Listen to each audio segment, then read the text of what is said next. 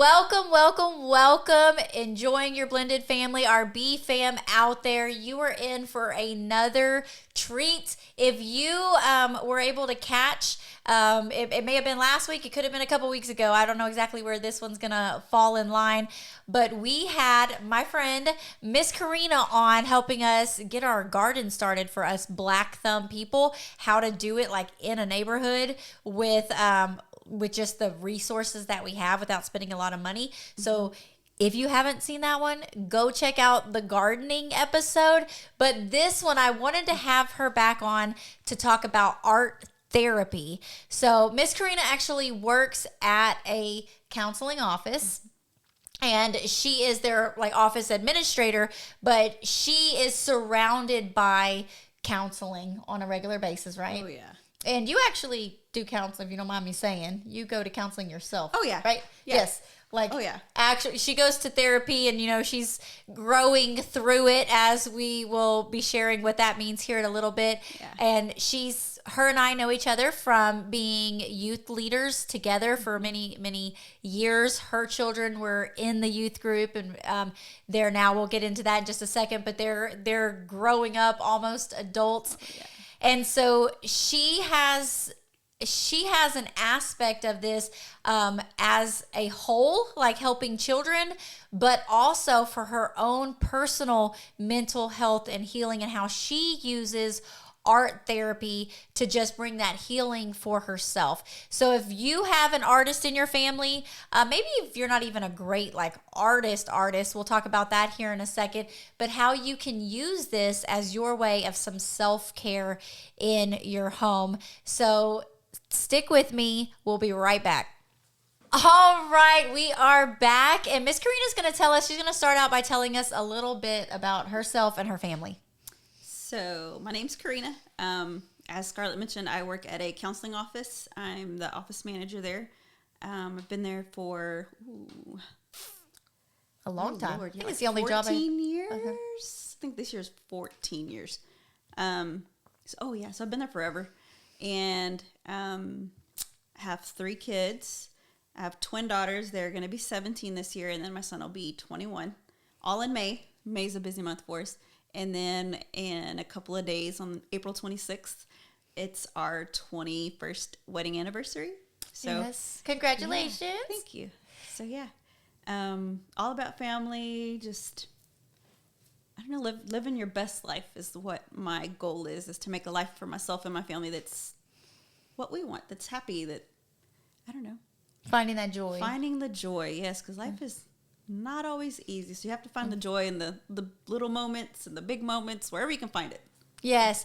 And just so you know a little bit about Corrina and her family, and we talked about this on the gardening podcast, but she takes her marriage very serious, and she takes her family very serious, and she parents in a way that I don't see many people parent. Like, when she has hard conversations, or like her family is like going through something, she is just very open and honest with her kids, but on a level that they understand, just from the little like interactions that I've seen. Like, I'm not in her house, but we've, as the youth pastors of her kids and stuff, and just interacting with her, we've interviewed her son for his like high school graduation, and hearing their hearts, like they're not immune to, even though they're not a blended family per se, like in their house they're not blended, but they have a lot of blend happening outside of their home, and they have they're not immune to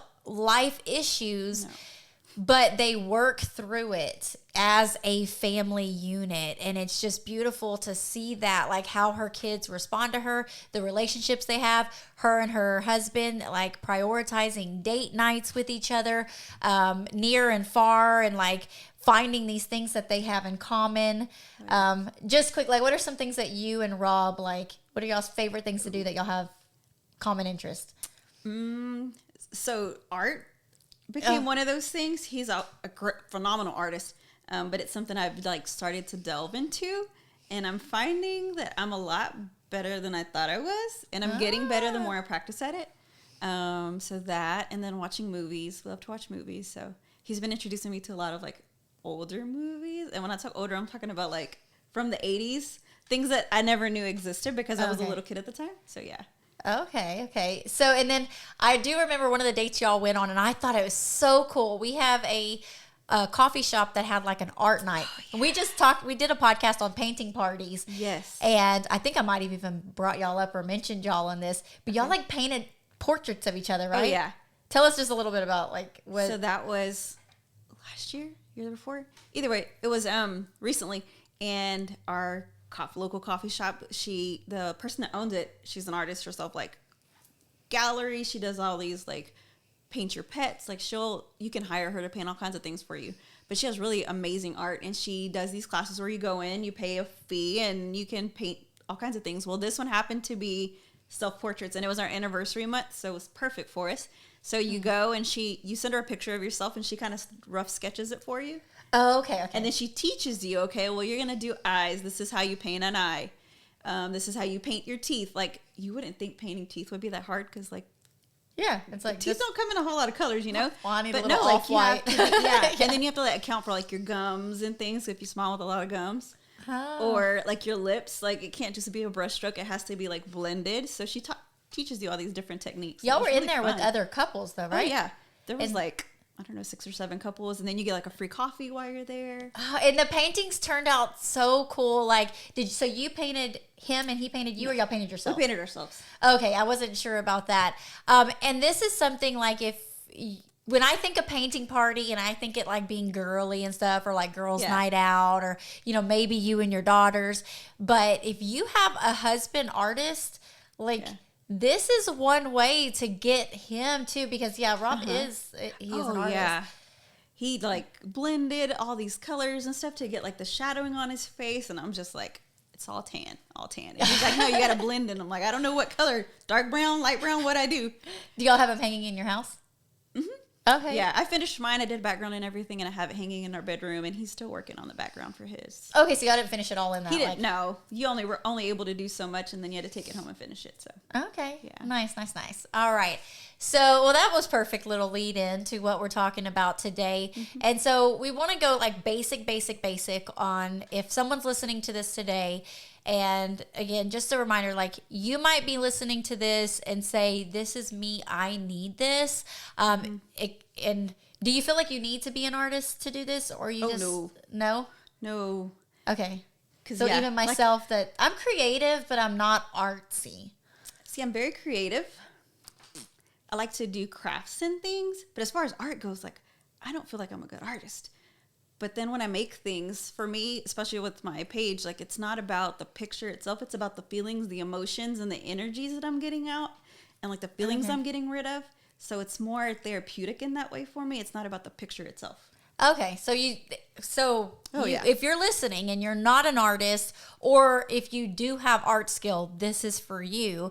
If you have some like emotion inside of you, especially for you mamas that you don't want to take all that emotion out on your kids, this is a way for you to remove yourself from the situation, or prepare yourself. Say maybe you have your stepkids coming over for the weekend and you need to get yourself like in a good mental state. This is for you. Or maybe your kid loves art and they're dealing with some stuff. We're going to talk through what is art therapy. We're going to talk about like how Corrina got into art therapy, how it's brought healing into her life, and then just some really practical, like if you're going to do this yourself or with your child, here's some basic things that you need. Yeah. So can you, and I know you even had a little definition on your phone if you wanted, yeah. you can feel free to read that exact, like off of that. But what is art therapy? So art therapy, it's like a real therapy technique. There are licensed art therapists out there. So you have to be considered a licensed art therapist, you have to have like a counseling degree. And then you have to have the like specialized training. So you get an additional like licensure. I think there's a technical word for it. You have to get this additional training so that you can be called an art therapist. I'm not any of those. I'm just your average girl going through a lot of different things trying to heal. And so art has been one of those ways for me. But on Psychology Today, the definition for art therapy is that it involves the use of creative techniques such as drawing, painting, collage, coloring, or sculpting to help express yourself artistically and examine the psychological and emotional undertones in your art. So that would be like a professional doing it. Okay. I do the art therapy. I call it art therapy because it for me, that's what it is. But it's using my art in a way to heal a lot of things. So that's what therapy does for you. You learn different skills to manage, your emotions, to help guide your thoughts and like change your behaviors. And so that's what my art does for me. It allows me to take some time for myself and like figure out, why am I feeling this big feeling and what does it look like? What is it coming through as, and processing it in a healthy way so that I don't lash out at my family or make unhealthy decisions with like my eating or whatever, I like, I didn't even think about that. I like wine, and I will sit there and drink a glass of wine and paint sometimes, but then there's sometimes where it's like, okay, that's gonna like dilute the thoughts and the feelings, and I don't necessarily want to do that. I want to get rid of them in a healthy way. So okay. sometimes I don't. Okay. Honestly, most of the time I don't. So yeah. Man, there's just so much to that. So I want us to just start like digging in. Okay. So, because we mentioned earlier, you do go to counseling yourself. Was this something that your counselor recommended, or did you stumble across it on TikTok? Because I know you're a big TikTok. No, so I kind of stumbled across it, and then it was more of like Holy Spirit guiding me towards it. So I've gone to counseling on and off for years, like, I don't know, like 10, 15 years probably. But here recently, like starting in the pandemic, I started my own individual counseling, because it's been in other capacities. Like I've gone as a mother, I've gone as a wife, I've gone as like myself, but this time was for me, Corrina. And I'm learning that Corrina's her own person. Like she's not just all the other things. All the labels. Yeah. Yes. So I started my own therapy for myself and learned all these amazing tools. Well, then cut to October last year, we wrapped up my counseling because I felt like I had learned all these tools to manage my thoughts and to like keep myself on track and not be so emotionally, what's the word that I could use for that? In disarray, like chaotic, emotionally chaotic. I feel feelings big. So my happy is up here, my sad is down here, and I'm crying on both of those ends. And I usually, that's where I go. So on a normal day when I'm in a good space, I'm like somewhere in the middle. And it doesn't take much to get me to go to one of those extremes.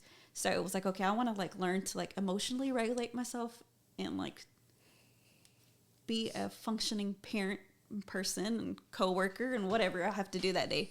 So I was like, okay, what can I do? Because I know there's still things that I want to unpack. I mean, we unpacked all kinds of things. I healed from things. I remembered things that I didn't want to remember during counseling. Wow. Okay. And I would come out of my sessions like I had been crying ugly, and I'm like, and I'm like, what do I do with this feeling? Because I would do my sessions during my lunch break. What do I do? I have to go back to work. Like, yeah, that's true. So I'd like run around the backyard and just like scream, or I don't know. I'd turn on music, worship music, and that would get me through the day to finish things out. But then I'd come home and I'm like, okay, man, that was like a tough session. Yeah, that would be really hard to go so deep with stuff and then have to go straight into work where you don't have time to think through and process. Yeah. And really like, what do you do with it? So. I was very intentional. I would like take notes, like this is what I want to talk about today. And as I would like days would lead up to my appointments, I'd write notes for myself. This is what I was feeling. This is what I was thinking. And then it was really productive therapy. And then it was nice because I had privacy. My house was quiet. There's nobody there. It just worked out really, really, it was convenient for me to do like the telehealth. So yeah, that's okay. I was going to ask that. It was like through Zoom. It was really, really convenient. I liked it. Yeah. Because that, I think it hit off a lot bigger during COVID was like people doing that. And some people were like, no, I need in person. Like I need that.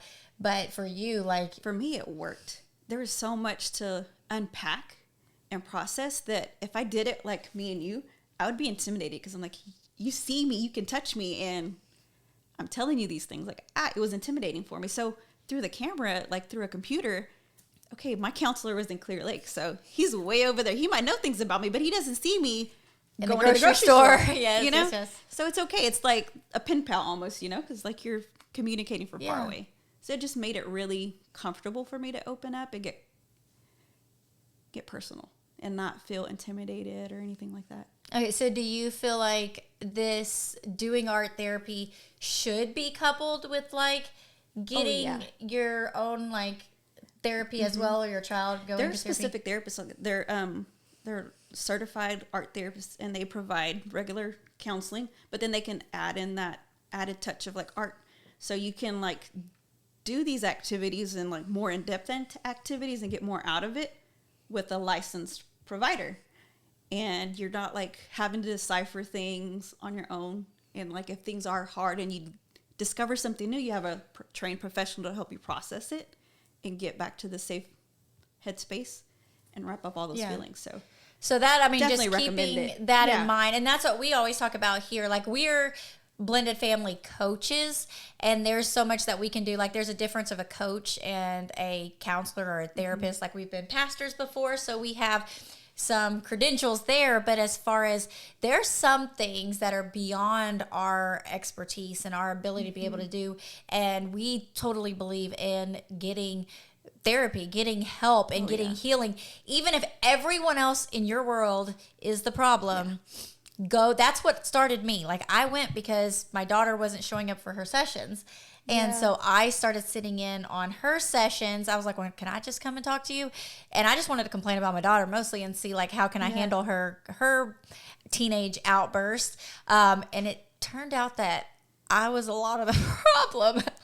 So, and the lady doesn't say that, but that was with my own self-reflection that I learned from that. The questions that she would ask, like, I felt like everything in my world was out of my control and I had no ability to change it. But in reality, there was so much more. And so now things don't affect me the same way. I was just talking about this weekend at this women's retreat, like the women that were, you know, they get upset or they get triggered about stuff. And it's always, you know, it's somebody else. And I'm like, the interesting thing is when you do start working on you and you get healing in that area, that thing doesn't bother you anymore, because the only reason that thing bothered you is because that it hit something deep inside that is an unhealed wound for you. And now it makes you think about that. It takes you back really to a place in your childhood without thinking about it. It's not like you're picturing yourself as a little girl going through that moment, but it takes you back to that moment and you react in a way that was safe for you back then, right? Oh, yeah. And so that's how therapy helped me. And I only needed to go for maybe 6 months. And I got some tools. And then with God and the Holy Spirit and all of that, like, I now, like, if I'm struggling through something, I have the resources that I need. But for others that, you know, there may be that this is ongoing. I have friends that love it. They look forward to their counseling sessions. Oh, I loved it. It's like, because they don't have to vent to anybody else but this one person. Yeah. So, and they're not going to be judged. So. And then I loved it too, because like he would reframe my thoughts. I had a male counselor, and he would just tell me, like, you know, I'd be like, well, this is going on. And he's like, well, he wouldn't tell me, like, what are you feeling? He'd be like, where do you feel it? And I always thought it was weird. Like, where do I feel it? I don't know, like in my shoulder? And he's like, no, like, where do you feel it? And I'm like, he's like, can you breathe? And I'm like, yeah, but like I feel shaky. And he's like, okay. And, you know, he would walk me through these processes, and it was more like calling to mind like how things affect just your body and like how you respond to it. And like when you start feeling those things, you know, like you're triggered, your body's triggered. Like you're gonna, for me, I spiral and my thoughts go in this like little hamster wheel. It's like when you start feeling these things, recognize it. And he's like, you know, do whatever you need to do with the tools you've been given to rein those thoughts back in and get yourself back on track. So it helped. But they have like all these different ways to like call your attention to things and like reframe your phrases and makes you stop and think, well, hold on, that's not what I said. And he's would reframe it again. And I'm like, so you're not telling me like this is the right or the wrong thing. How do I know what to do? And I don't know. He just had like, Dr. Brian was like on point. I love Dr. Brian. Yeah. Get you really thinking. And if you don't come, my thought is if you don't come out of your therapy crying and you're not being honest, that's my opinion. I cry easy, so it doesn't take much a commercial and I'm done. Yes. I'm like, oh, you need to be like, if you're going to spend your time there and spend their time, like, let's get down to the heart of it. Yeah. I was going to say something off of that. That our body, God created our body to have these reactions to let you know it's a warning sign. So even if you get angry, that's a warning sign that there's something else going on deeper. If you're shaking, if you're feeling anxiety, even though we don't want to feel those things, it is built into us to say, warning, warning, something. Just like your car, if it puts a light off, then you know, oh, there's something wrong with my car. I need to go get in some maintenance or whatever. That's your body, like, listen that to check that. engine light. Yes. And you can drive with it on for a long time, but then something's going to break down. So, and when one thing breaks down, like, it builds and other things break down. Yes, so, and I've used that analogy before, is where, like, your light comes on, that your oil light comes on, but you go get new tires, that's not helping anything, right? So you've got to know what it is that the problem is, so you know what it is that you need to fix. And that's where a licensed therapist can help you. Yeah. I do believe that the power of the Holy Spirit can help guide you in that as well. I believe that my therapist gave me some tools, but it was me up in our workout room for a summer, crying out to God, sitting still, learning how to meditate. And I know people are weird with, like, yoga and meditating, and, you know, it's like this inner spirit and it's like not of God. But for me, that was just me learning how to be quiet, because I couldn't stop talking to God long enough to hear his voice. And so there's just so much to that. But okay, that was your only little, that was your free. You might have had, we had to pay good money for that. Yeah. You just got that little tidbit for free. But if you're like, I need some serious help, go see a therapist. But this is something that you're using it as like a couple, like you're coupling it with your therapy. So I'm not actively in therapy right now. I'm just, it's more like of an ongoing, let me do what I need to do for me. I'll use the tools that you gave me, because I really did. And then now it's like, how can I process the things and keep myself on track mentally? Keep myself in a healthy headspace. And that's what I do, is I make pictures and things, and it gets me where I need to be.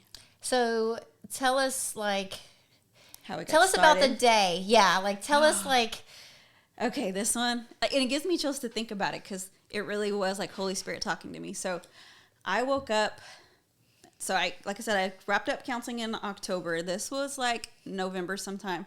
And I woke up at like 2 o'clock in the morning and couldn't go back to sleep. And so what I do when I can't sleep is I pray. So I started talking to God, and like just sharing my heart with him, telling him about all the random things that are going on in my head that are keeping me from sleeping. And one of those things was, I'm not in school right now. I'm not actively working on my degree, which I feel like completing my degree and helping people. I want to be a social worker. Eventually I want to be like a licensed clinical social worker, so I can provide counseling and help people get to resources they need. And I'm not doing any of that right now. So I was really upset with myself, because I felt like I'm not working towards that goal. I'm not being productive. I'm wasting my time that you're giving me, which is like, it's a gift, like my time could be tomorrow, and I'm over here wasting it doing nothing. And I was just upset, and I was crying and crying and crying. I wasn't really thinking at that point. I was just crying. So I was quiet, and Holy Spirit was like, no, stop. I was like, what? And he's like, stop. Who says you have to have a degree to help people? He's like, think about the people that help you, and did they have a degree? Not everybody did. Like, I mean, you and I've had conversations over the years, and it's helped me like tremendously. I'm like, she's not a counselor, but she can help me.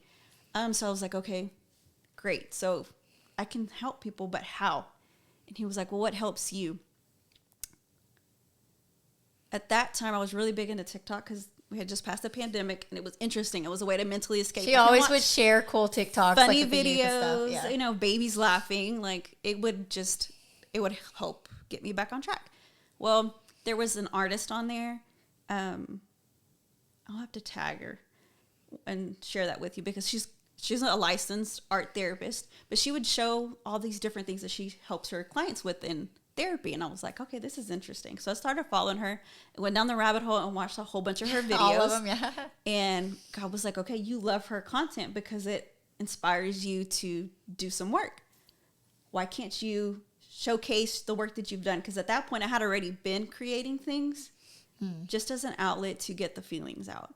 Hadn't made any videos or had any like grand aha moments with it, but they were things that helped me. Yeah. So he's like, make a TikTok and share what you do. Maybe somebody out there has these feelings and doesn't know what to do with them either. So it's like, okay, I'll be obedient. So I went on TikTok and I made a page, and I knew it was going to be growing through it because that's what I'm doing. I'm growing through my art. So I was like, okay, that's the title. I made the page. I was obedient that way. Yeah. Well, months went by and I didn't do anything. The page was just there with no content. Well, then come January, it was like, okay, you got to do something. So I made myself get out of bed one morning and post a video. And it was just showcasing like my first video was like some of the work that I have done. And just to show people like, hey, this is some art that I've made. And then I was like, okay, well, this was easy. It's not intimidating as I thought it would be. Yeah. And I was like, okay, let me show what I did to come across one. Like, how did I create this? So my first video was showing, I believe it was a picture of myself in the 5th grade. It was like a self-portrait. So to preemptive, I guess, to show you guys like where I started with it. One of my activities in therapy was to make a timeline and to write down all the different things that impacted my life, and to see like where are the stages of your life where you felt like you're most impacted and like have the most things that need healing, like where I was most traumatized in a sense. Yeah. So I was like, okay, one of those ages for me was like around the age of 5, because that's where your memories for me started. Like my memories started around the age of 5. There was a lot of things going on at that time, and I was little, learning about the world, and didn't know how to process any of it. So that was my first picture I painted, was of myself at 5. And I did a video showing what I did, why I did it, and how I addressed it. So at the age of 5, I witnessed the 2 people in the world that I love the most, which was my parents, and some of the more darker parts of marriage and an unhealthy marriage, I guess you could say. My parents would argue and fight, and as a little kid you see that and you don't understand why they're doing that. Yeah. And you don't have like the words to express it. You just have these feelings and you're like, ah. And so for me, seeing that was like, okay, what does that 5-year-old need to hear? And so that night when I was talking to God, he's like, get up and go paint. I'm like, but God, like the house, I'm going to wake people up. He's like, go paint. You need time for you. You always say you have to do self-care. This is your self-care. Go do it. You love to paint. Go paint. So I did that night after God told me to make my page and whatever. I went out and I painted that picture of myself. Didn't touch it. And then like a couple weeks go by and I started writing. So what I did was around the edge of the picture, I wrote down things that the 5-year-old version of myself loved to do. So Land Before Time was big during that time. And I loved watching it. So I put on there I was going to watch Land Before Time in a blanket. And I was going to eat cereal and watch cartoons. I was going to go look for bugs. I was going to go climb trees. Those are the things that I needed. My 5-year-old self needed to do to feel safe. And so she needs that. I'm going to heal her. I also wrote down things that the 5-year-old needed to hear, like, this will be over soon. This is not how love is supposed to look. Cover your eyes, cover your ears. Like, that would have been a way for her to cope. Somebody needed to tell her that. And my mom couldn't do it in that moment. My dad couldn't do it in that moment because they're the ones in the mix, Yeah. And that in itself was like, oh my gosh. Well, to add another layer to it, while I was doing all these things and writing it down, I was listening to music that was like real big during that time. So I typed in on Spotify, like, biggest hits in 1983. And that's what I was listening, or 1989. That's what I was listening to. Ooh, I just aged myself there. But yeah, so it helped to get me like in that mentality of, you're 5, this is what you're hearing. Yes. Yeah, to get me in that right headspace. And then I wrote those things down. And I just spent like 2 months doing all those things, looking at that picture, telling her those things, reassuring her. Yeah. And it healed something in me. And I was just like thrown. I was just thrown because it's like, okay, I just healed a part of me that I couldn't even heal during therapy, talking about it, like, I would pray. When I spend time with my nieces and nephews that are closer to that age, I'm like, okay, they're doing these things at this age, and they fall down and hurt themselves. You comfort them. Why is it that me as an adult, I look back at myself and I'm like, you have this bad habit of crying all the time. Why is it a bad habit? Like, that's how you cope, you know? Yeah. So, like, let's get some positive coping, some good coping skills in there. So I did that same project, and I did it for the age of 5. I did it for the age of, like, 14. What other age did I do? There was 3 different ages. Oh, and 10. And that was all because there were a lot of different things happening at those times in my life that I feel like really changed the trajectory of my life and changed the way I respond to the world and respond to just life. Did you know exactly what ages, or did you have to think, like, so you made that timeline. Uh-huh. That's when you really started. That's where I was able to detect it. Uh-huh. And you were like, okay, this was a pivotal point. This was a pivotal point. So those are the things that you knew from doing the timeline first of, these are some pivotal points and I need to heal. And like, I did 0 to 18. Good at the top, bad at the bottom. And then wherever the clusters were, because of course, like when, you're trying to heal yourself, you were looking at the things that are hurtful. Yeah. So all the hurtful things were in clusters. And I was like, okay, there's a cluster here, there's a cluster here, there's a cluster here. This is where I need to focus at. Okay, that's good. And yeah, just hearing you talk about like the stuff your family was walking through at that age, and I know for me personally, like that was I was just sharing this weekend, like my relationship with my dad was based off of my first memory that I had with him. He was taking my mom to throw her in a dumpster because they were fighting because he thought she was having an affair. It's just these big adult things that are taking place. But I'm a little girl. I mean, I couldn't have been 2 or 3 at the time, just because knowing where I lived at different places, like trying to figure out the age exactly. But I was trying to stop my dad from doing that. And in the process, I got knocked down.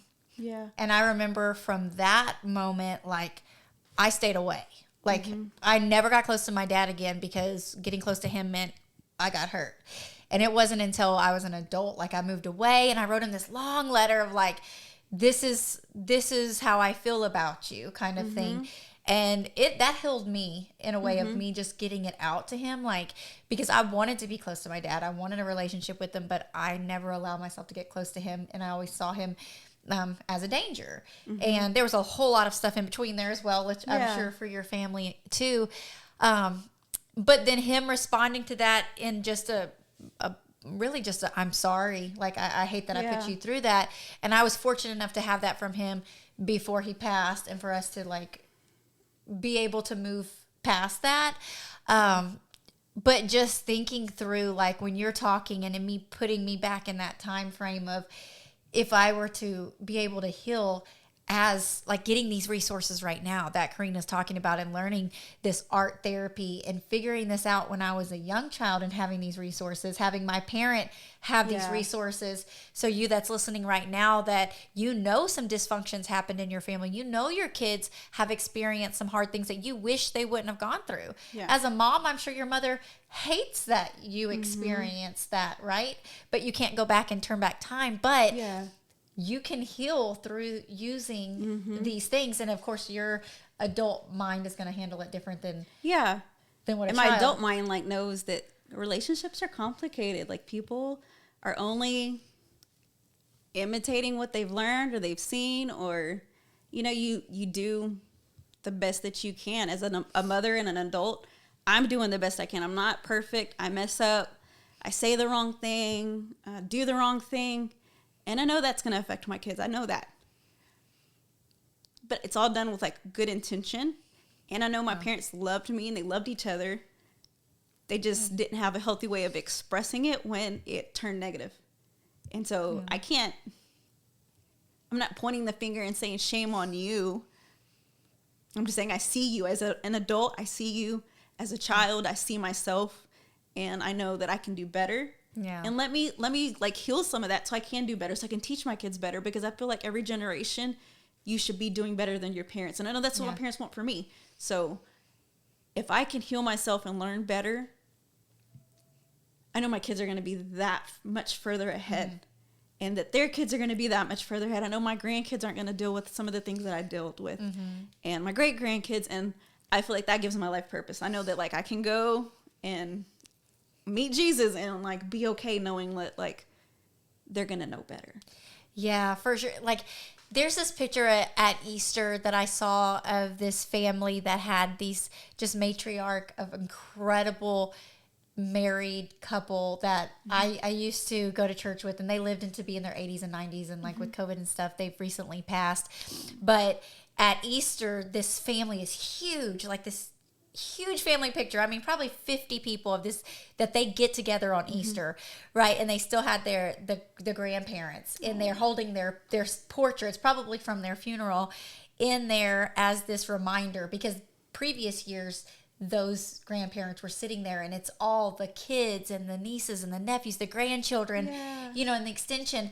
And there's a part of me that when I see that, there's this jealousy, you know, of like wishing, like I hate that I don't have that. You know, you look at that and you tell yourself like, I want that for my family, God, and that's not possible. And God just really convicted me in that moment. And he's like, that may not have been your story, but it has to start somewhere. And this starts with you. You're going to be that grandmother and that grandfather sitting in that chair with your children and your grandchildren, and this relationships of everybody, like how you talk about with your nieces and nephews and everybody coming over. Like it has to start somewhere. The healing has to start somewhere. The doing better has to start somewhere.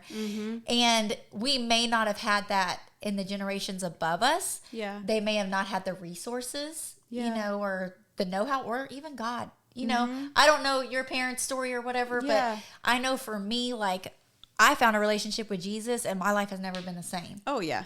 And I want to tell everybody about it. You know, like, I want them to know. Or my grandma is the one that gave me that relationship, but she didn't talk about it. And now I get to talk about it.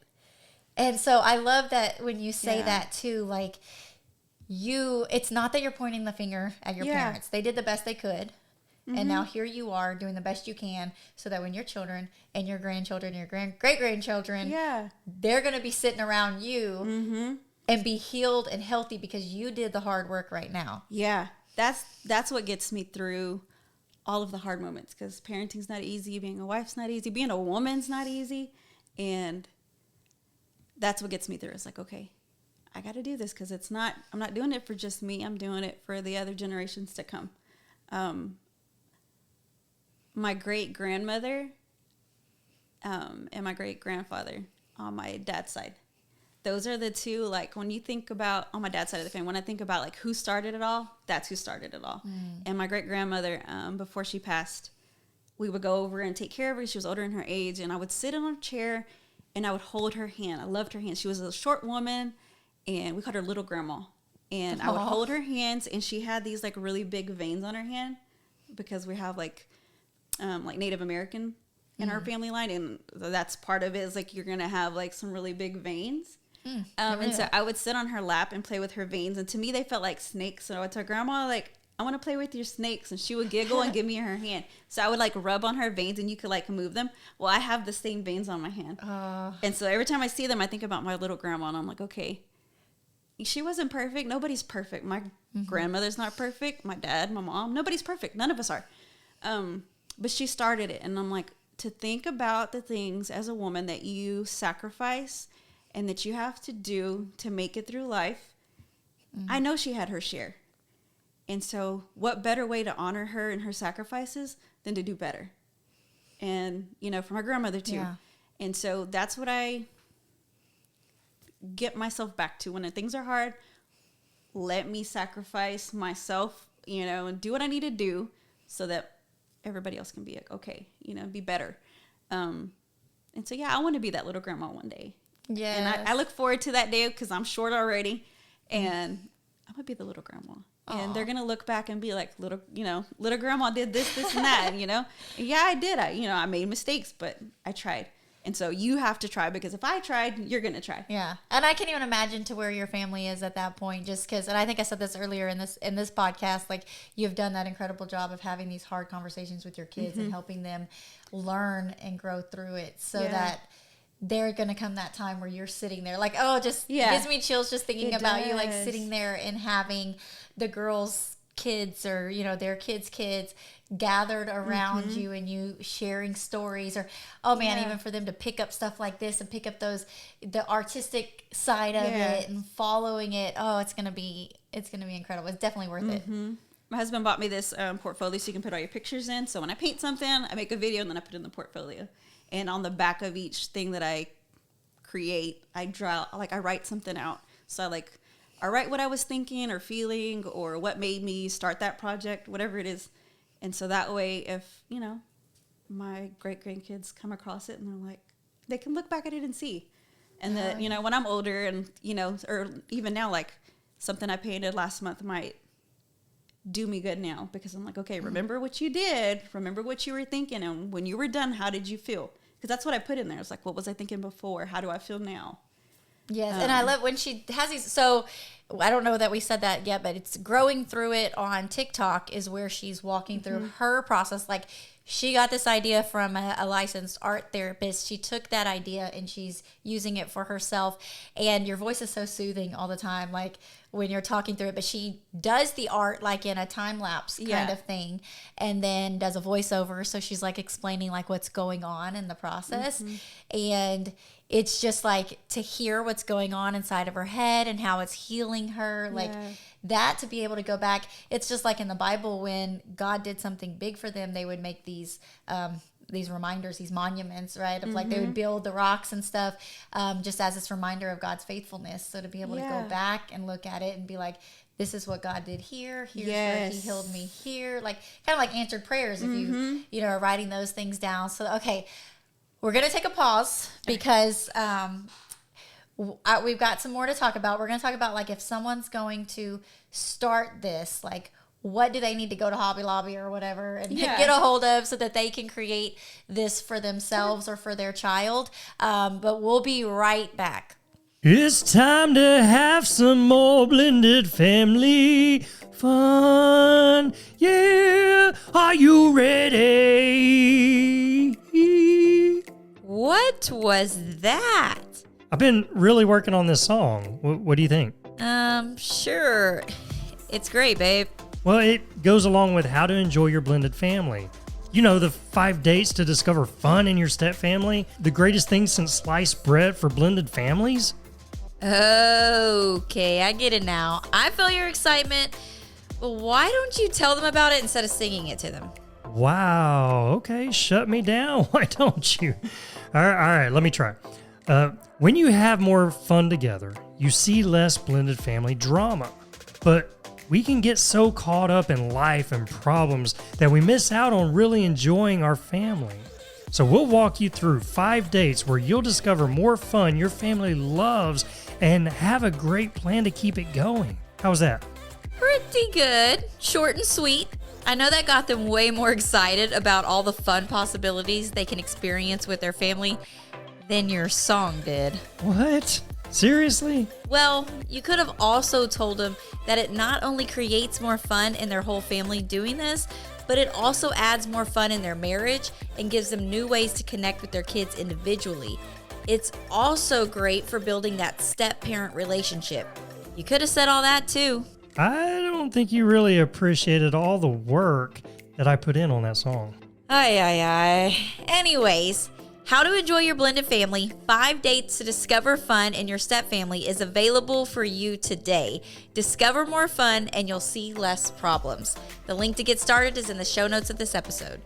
Have more fun with your blended family and go on these 5 dates today. You'll be so glad you did. Yeah. Really? You had to go there again. Let's get back to this episode. All right, so we are back. We have felt some big emotions. I truly believe there's someone listening right now, because Corrina and I prayed before we started this, and that there's somebody listening to this that it took you back to the 5-year-old self that Corrina was, or that toddler self that I was, that experienced these big emotions, and that you're holding it in, and you don't know how to say, you don't know how to talk to your parents, you don't know how to find healing in this, and this brings you healing without having to confront those other adults that might be unwilling to even admit that this was a thing, and so this is a way that you can heal without anybody else having to be in control of those feelings.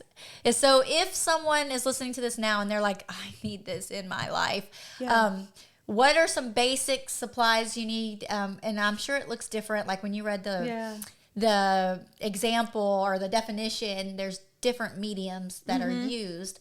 But what would you say, like getting started, where would they start? Start where you're comfortable. I'm a big crafter. I love crafts. So I have like all this craft stuff in my craft room, art room. So I just use what I had. I'm cheap as well. So watercolor is very cheap, and it's very forgiving. If you mess up, you just get a paper towel and you dab it, and away goes the color, and you can try again. Is this like legit watercolors, where they're the tubes, or like the? Oh no, I get like the little tray. I started off with the little Crayola tray from the dollar store. Okay, yeah, and I liked that. And then I was like, okay, I'm doing pretty good. I deserve some nice supplies, so I went to Hobby Lobby, and as a gift and reward for myself, I bought a nicer set. And I just keep doing that. I add to my collection. I've gotten a bunch of different like metallic markers and things. This past week, I spoke in our youth group about my testimony, my life testimony. So I shared a little bit about what I've been doing to heal myself. And I was like, I got feelings. I'm excited. So I made another project, and I incorporated tapestry into it. So I got this canvas, and I collage, so I had magazines everywhere, cut out some words, and then I just pasted it. I painted in the background, and then I got needle and thread, like tapestry needle and thread, and I sewed into it, and then I like glued the needle down. I'll have to show you a picture of it. It came out really good. Have you made a TikTok of it yet? Okay, I haven't seen that one. Yeah, so I did that, and that's on just like a regular paper? Or are you doing all this? No, I did it on a canvas. Oh, the canvas was the kind that has the thick. Yeah, the wooden frame, and you stretch the fabric on top of it. Yes. So you can go to Hobby Lobby and get, especially if they have their 50 or 40% off. You can actually get them at Dollar Tree. You can get them at Dollar Tree. Big Riley and I are fixing to do one of those painting at home parties, because she's in Alabama and I'm here. So we bought a video, and we're gonna paint this foresty scene, because we have this plan to go on the Appalachian Trail. So do you know much about the Appalachian Trail? It's like this beautiful. I've seen pictures. Okay, yeah, it's this trail that we just learned about that goes like, we watched this movie called like Doggone or something, and I sent her this YouTube video about like a 20-year-old like going through his life experiences. So it's this trail that goes through multiple states and takes like 4 to 6 months to actually get all the way through it, and you're tent camping and stuff. And so that's a goal of ours. So since we're in different states, we're using this as an opportunity. So I just went to the Dollar Tree, and you can get the canvases there, small ones, or you can get the big ones for the $1.25 or the $3 or whatever from the more expensive section that the Dollar Tree has now, or Hobby Lobby. Do they have the 40% off? Oh, still? yeah. Okay, so like every other week, it's a different thing. So every other week, your canvases are going to go on sale, and I get that. Or people give them to me as gifts because they know I'm artsy. So I always get canvas for gifts. So I just utilize those. And then I bought like a spiral, just like your regular art spiral. So it's like all-purpose paper. Started on that, and then figured out that watercolor is probably not the best medium to use on it, because then it gets real grainy and it tears. So after trying that and being good about making videos and content and like really getting into it, surprised myself again. I went and bought like an actual watercolor book so that I have like quality paper. And as I'm getting better at it and I'm using the right things, like I'm finding my art's coming out pretty decent. It's a muscle. I practice and I use it, and it's getting better. Nice. So, okay, so just starting out, it could be whatever. It could be crayons. It could be markers. It could be anything. I mean, newspaper, magazines, cut out pictures. I've even seen where you go to like, I haven't done this one yet. It's another project I have coming up. You go to like a thrift store and you buy a book. They have books for sale for 50 cents, and you get like a really old dated one. And then you go through and you can circle words on the page that are positive or negative or whatever feeling you're having at that moment. You circle them, and then you can like paint on that paper. You can color on that paper, and like you can do all kinds of things. You can cut it out, make a collage. Yeah. I mean, there's so many things you could do. It's just about finding one that you're comfortable with and that you like. So, and I've watched, a couple of your videos, and you guys can go watch hers if you want to, like, just get ideas. But is there always, like, certain questions you're asking yourself when you go through it? Like, or you're feeling some feelings, so you're like, let me go sit in this. Yeah, it's usually a feeling that I'm feeling. Uh-huh. I shared on another podcast we did that I reconnected with my nephew after 5 years. So it's supposed to be this, like, beautiful moment, and it is. But then when I take him home, I remember why it had been 5 years since I got to see him and the events that led up to that. And it puts me in this, like, headspace of, like, grief and anger and frustration and helplessness and, like, hopelessness. And it's like, oh my gosh, it's overwhelming. It makes me cry. It makes me irritable. It makes me anxious. And I'm like, I can't live life like this. Like, it's not fair to my kids. It's not fair to my husband. Yeah. So what am I going to do about it, So I sat there and I painted a picture and I titled it Grief. Like, it's what I was feeling in that moment. Sometimes it's an actual picture. Sometimes I get the watercolor and I just do blobs of color. And I use colors that remind me of that feeling. And then I leave it alone. And sometimes I draw, like, little squigglies, or I make, like, little pictures out of the paper and the colors that mesh together. Because when the watercolor sits, it blends. I think that's the very first one that I saw. And it makes these cool shapes. Yes. And my mind's very creative. Like, I can look at the tile floor and I'm going to see, like, a person's face or a flower. So when I make pictures like that, like, you see all kinds of things. Okay, so I'm the one that I'll be, like, sitting in the bathroom or in the shower, and I'll see, like, how, like, your shower starts turning colors or something, or rust. And I'm like, there's the girl with the afro. There's, like, I always see these images, even sometimes on, like, the mat on the floor, like, because it gets... The toilet paper. If you ever stare at toilet paper, I guess because, like, sometimes it's recycled paper, or they, like, mesh it and use different stamps. Like, you can see pictures in there. Yeah. Okay. So we're the same. So I might actually, because I'm always like, well, I'm not an artist, so, like, this wouldn't be, like, something that I would use. Mm-hmm. But I love that, and that was the one that drew me. The first one I saw of yours, I think it was a fish. Yes, the fish was cool. You had just put these things and it made this, like, outline kind of thing, and then you drew around what you saw out of it. Yeah. I looked at the picture and I was like, oh, that looks like a fish. So I outlined the fish and kept it. And then my husband looks at the picture, and, like I said, he's a really good artist. And he's like, that looks like, because I made another a piece of it was like a piece of coral. And he looks at it and he's like, that looks like a heart, like an actual human heart. And I was like, it does. But I also see, like, the coral, so I kept it as coral. But he's like, you should really make that a heart. Like, but it doesn't go with the theme. Yeah. It's heart. And so then I, like, made, like, little leaves and seaweed. Man, okay, so I'm gonna give this a try then, and I love, like, magic eye stuff. I like Me too. okay, so we're very, I didn't know that we had this in common, but there's something about that, like, seeing something that's not there, being the first one to find it, like I Spy kind of stuff. So I'm gonna give it a shot one day. Like, give it a shot, and I'm gonna whatever feeling you're feeling that day, just drop it on there. So I get the paper wet, and then of course you wet your palette of watercolor, and then you just drop it and just randomly. I usually have music going on. It depends on my mood, what it is. But then I just drop colors and I keep going until my heart's happy, and then, like, okay, I'm done, and you let it dry. You wet the paint, because I used to teach art to 5th and 6th graders, not because I am good at it, but because of necessity at the school. Mm-hmm. But I do remember that, like, you would take your watercolor paper and you would wet it all first, and then you get your color, and you're just dabbing after that with random colors, however you feel, and then you're looking to see. Oh, yeah, and then if you do it that way, you're going to get a whole bunch of color variations. You won't get so much shapes, but you'll get color variations. So then you can even put, like, pictures if you spend a weekend with your granddaughter, and, like, you can put a picture of y'all together on it. And then put it in a frame, and, like, there goes, art for your house. Yeah. Okay. Oh, man, I'm so excited. But if you want, like, shapes, it's better to do it on dry paper. So, like, drop your watercolor on dry paper, because then you'll get more of a hardcore shape that you can make into something. Got it. So there's different techniques. There's a lady on TikTok. I would go to her page all the time, Andrea Nelson. She does, like, amazing things. And yeah, she's the one that teaches me, like, oh, if you want to have this effect, you do this. You want to have that effect, do that. I'm like, okay. So, yeah. Man, it's just all just trial and error, playing with it. Yes. There's no right or wrong. It's just about you processing something in a healthy way. And you always feel better when you come. Always feel better. Yeah. A couple weeks ago, I was in the room and I was painting and I was crying. And my daughter walks in and she's like, are you okay? And I'm like, yeah. And she gives me a hug. And then I really start crying. Where I was trying to, like, get back in there, be a G, and, like, toughen up. And I couldn't. Be a G. You're a thug. I wasn't a thug.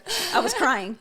And just like her hug, like it meant a lot. And she saw that I was processing my feelings in a positive way. And like, even if she doesn't do it the same thing, she knows like there's a healthy way to handle things in an unhealthy way. And lashing out at others is not it. So you do whatever you have to do to make yourself feel better, whether it's poetry, reading a book, exercise, bubble bath.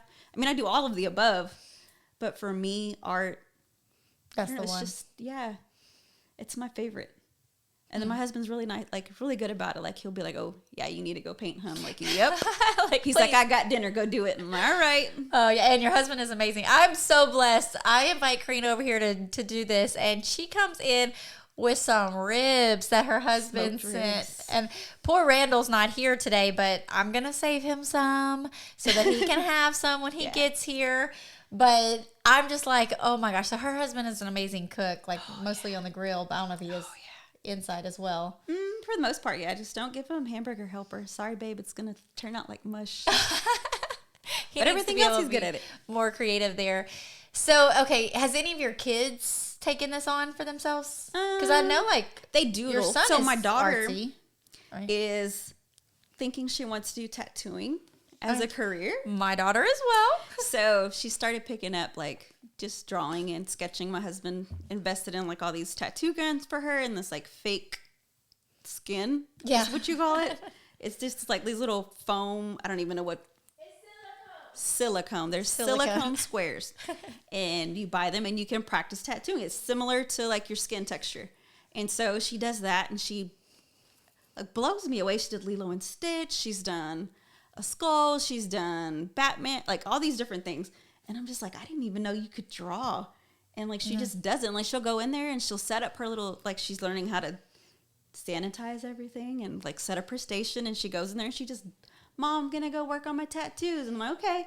And she goes in there, puts her headphones on, and she just does her thing. So that's her way of like relaxing and practicing. And it's nice to see her passion coming out, because for a while there she didn't know what she wanted to do. And this may not be it, Yeah, but it's but something that it's she's invested in, and trying, she's practicing, and she's trying, and she's being brave about it. I could never do that. So I'm like super excited because I have like all this clean skin, and I'm like, I got these tattoo ideas. I was gonna say, at least come she's with it. practicing on the silicone. 'Cause Yes. my daughter practices on herself.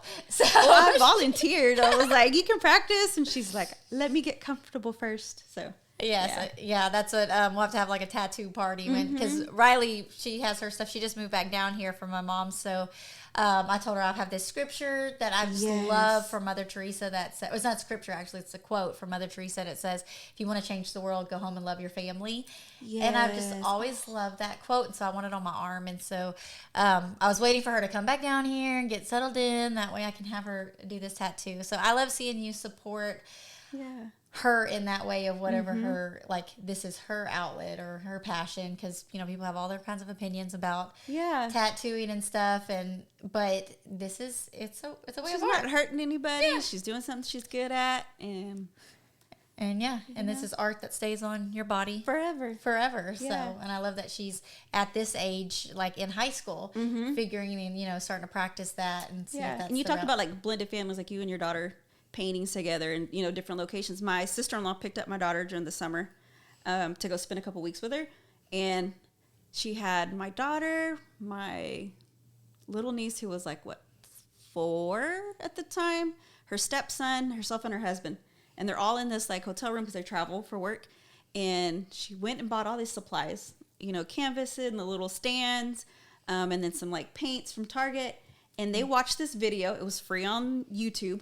And they painted like little palm trees like on a sea with like a sunset in the background. It was beautiful. But that's what they did. Like they all sat there. Everybody did it at the same time. And everybody's looked different. But it was nice for them to bond. And Yeah. like, you didn't have to pay $40 to have a professional artist teach you how to draw something. You just watch a video on YouTube.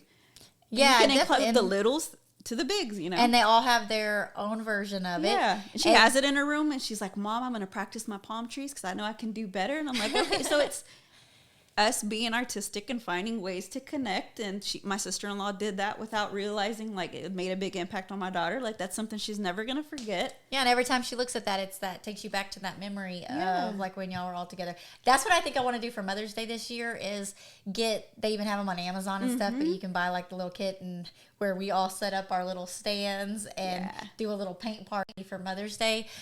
So we'll see if it comes to fruition. But my whole family is artists as well. So the kids love, like, and even out of all of my kids, my youngest that wants to be the tattoo artist, I never thought of her as artsy.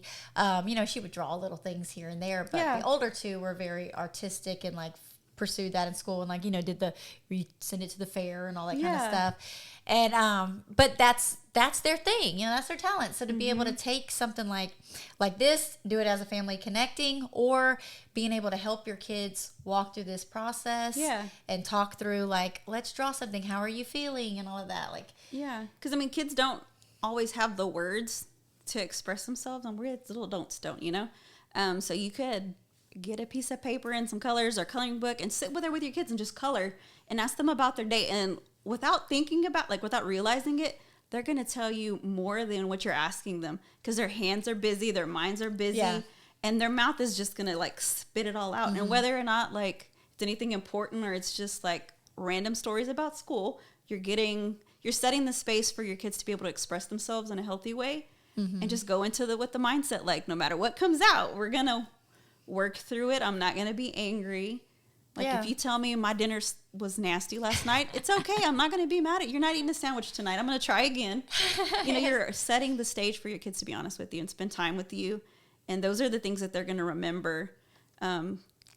Looking back at it is like, okay, my mom sat down and colored with me, or my grandma, my aunt, whoever it is. And I could see, like, if you're even sitting there and you're, like, drawing, like how you said your daughter walked in, and she's older and more mature, and she knows, like, the journey that you've been on. But even your younger kids, you're sitting there doing it, and, like, mom feels sad today, and, like, I think that's what this generation is getting better at, is validating the feelings, not like suck it up, stop crying. There's no reason to really cry. It's not that big of a deal. They're getting really in tune with the emotions and saying, like, let's feel our feelings. Like, don't just shove them down or act like there's not a reason to cry. But it's okay. Like, mom, I didn't realize I was not ever crying in front of my family till my niece one day told me. She said, Tia Scarlett, I've never seen you cry. And I'm like, I cry all the time. And it made me recognize, like, I cry in the shower and I cry in the car. But I don't even my husband, I wasn't letting him see me cry. My family didn't see me cry. I had my emotional outburst away from them.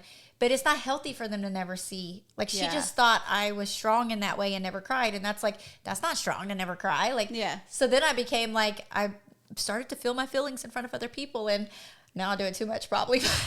It's good, too, because, when you're creating something artistically, you're able to figure out, like, I didn't know I had a big feeling about that.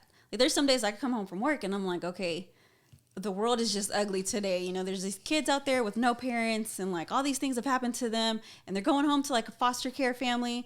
And I'm over here. I have, like, this nice family and a big house. Like, I could be doing so much more for them. And I sit there and I create something, and it's like, I didn't know I had those feelings wrapped around it. And then I stop and think, well, where does that come from? It comes from me just, like, that's just my heart. God's always made it to where, like, I love to take care of people and help people. And if I see somebody in need, I'm going to do what I have to help them, because that's what we should do. We should help one another, And it's like, where did that come from? Like, it came from God. Like, He wants me to be a helper, so He gives me these big feelings. So I want a job. I want a career. What can I do that's going to utilize the gifts that I have? The big feelings that I have are a gift. Yeah. So let me find a career that utilizes that. And so it's been a way to kind of identify, like, where my strengths are, where my weaknesses are, what do I need to work on? So I have a little running list, and it's like, okay, I've been working on these things, but they still keep coming up. Yeah. I probably need to schedule a counseling session here pretty soon to work on some of these things. Because, yes, I have the tools and the outlets to, like, stay healthy, but evidently there's, like, more that I need to unpack. Yeah. And so I'm just making, like, a little list of those things so that I can get a couple of sessions in, work through them, and then, it's okay. You can, like, do therapy ongoing. It doesn't have to be 2 years in a row like I did. It can be sporadically, just as you need it. Yeah. Man, I love that. It's so much guys, I hope that you hear just Corrina's heart in this whole thing and take these moments. I mean, even just the art therapy, but I think this episode goes so much deeper than that. I mean, even this woman here that's following her passions and her dreams. And like, how many years have you been in school now? I've been on a break for the last like last 2 years I've been on a break. But I've had my associates already. So I'm like 2 years deep into my bachelor's. I have 3 more semesters left. I'm going to do it. Just not right now. And I remember like our first, like not our first, but one of our like main, like we had an event or something, and you were talking to our youth girls and you were talking about your dreams and your passions. Just like, even just showing you like the things that she was saying about like, I'm Corrina, you know, before I'm mom, before I'm wife, before I'm a coworker, a daughter, a sister, an aunt, all of those things. I'm Corrina, and this is what I'm doing for me to find that. And we talk about that here. Like, you've got to take care of yourself. We just had this episode that came out with Blending Bravely, and she was doing this just beautiful illustration of this 3-tier fountain, and like the water coming up, and like she didn't necessarily say that was God, but I mean, you know, as a Christian, and she is too, but it's like you see this Holy Spirit, you know, or God, He is your source coming through, but it has to fill that first tier up. And when you're filling that up and when it's full, then it overflows into your marriage being that second tier. And then when your marriage is healthy and strong, it's overflowing into the bottom, which is your children. And then that fills up. But we get so much of our focus in our children, and we get wrapped up and sunk in their identity and us as mom, that we're giving to them. And that water, if it's not running from the top down, for one, those other twos they're not getting full and they can't overflow, but that bottom water is just stagnant because it's not continuing this cycle. And so you got to put in that time of that healing and that self-care for you, and then that's going to overflow into your marriage and prioritizing that, and then that's going to overflow into your family, and then that's going to be this living water that just continues to cycle. So take all of this wisdom and go to Hobby Lobby or whatever, Michael's Dollar Store, Walmart, Amazon, like all of those things. Get you a set and just get started. And I'm excited now. I really, when I interviewed you, I wasn't really thinking of me doing this. I just wanted to help other people that might use this tool. But I'm excited now for myself on doing this watercolor stuff and just see where it takes me. This weekend I'm planning to like get like a big canvas and then just a bunch of paint and just like put music on, lean it up against our fence, and then just paint with my fingers. I love finger painting as a kid, so I'm like, let's do that now. And so just see what I come up with. Okay. And again, she's growing through it. Is it completely spelled through like it's TH? Growing through it, growing _ through _ it _1, I believe.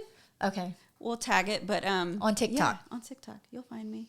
Yes, so she has her previous, and she's just getting going with this, being obedient to what God is telling her. So go follow her, show her some love on there, and then that also will give you some ideas on like, oh, okay, now I have a visual to what she. And I tag the other artists that like influenced me, so that way you can go on their pages and check out their things.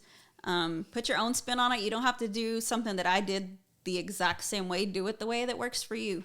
And that's what I do. I've taken a lot of my ideas from other artists and kind of done the same thing, or just, I don't know, you get that random 3:00 in the morning idea and you just do it. Yeah. Just do it. So that's it, guys. You're going to grow through it. This is your blended family, your step family. You're trying to get y'all to blend, and it has all kinds of big emotions and even little emotions, and your childhood stuff, all of that's coming in and affecting your relationship. So grow through it and use art therapy as that way to grow through it. So I can't wait. If you do, hashtag like growing through